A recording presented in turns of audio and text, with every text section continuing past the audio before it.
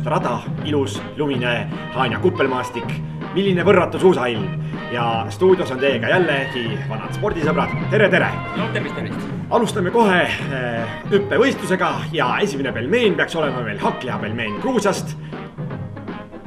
Ja palun, vaatame rada, väga ilus rada on täna tehtud, hüppemägi on kaunis ja juba ta on üleval.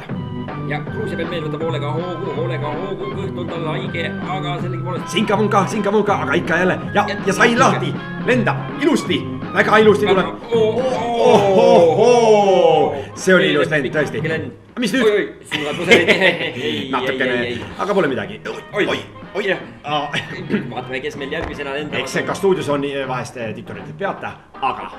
See peataolek käib see juurde. Sest järgmine pelmeen on juba ja see on meil siis küüslaugu pelmeen Prantsusmaalt. Ja kui ta nüüd saabki lahti lükatud ennast ja sai. No mis ta sealt tuleb? Nüüd ta on õhus juba. No lendab.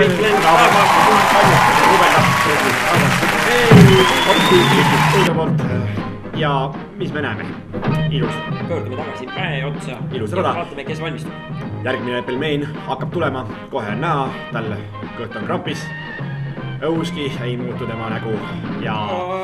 No ei tea. Ei ole... Oi, kadus suus. Ja kadus teine mees lendab ilma suuskadeta.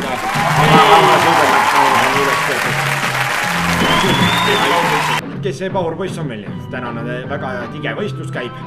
Ja tuleb. Vaatame teise nurga alt. Ai, kui valus ja terav hüppe. Ilus lend peab nii ütlema tegelikult. Ja väga pikalt lendas, väga pikalt. Ja ega siin muud midagi polegi. Lähme järgmise ala juurde ja järgmine ala on meil loomulikult Murdmaa.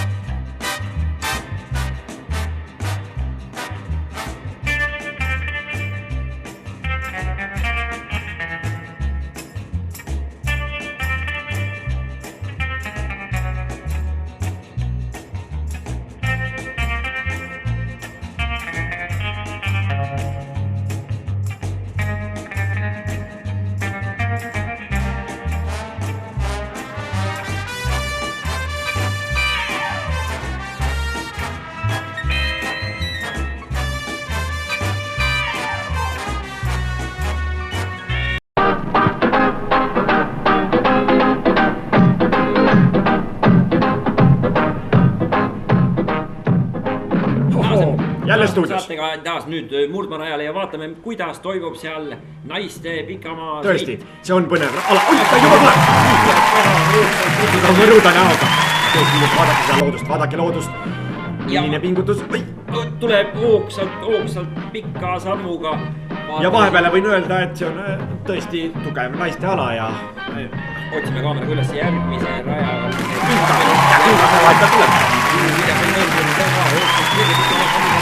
Tuju on tal hea, lõputult ja vaadake ta nägu, milline... Vaadake neid kürkaid, milline looduslik koht, tõesti see Haanivaht, ilus koht.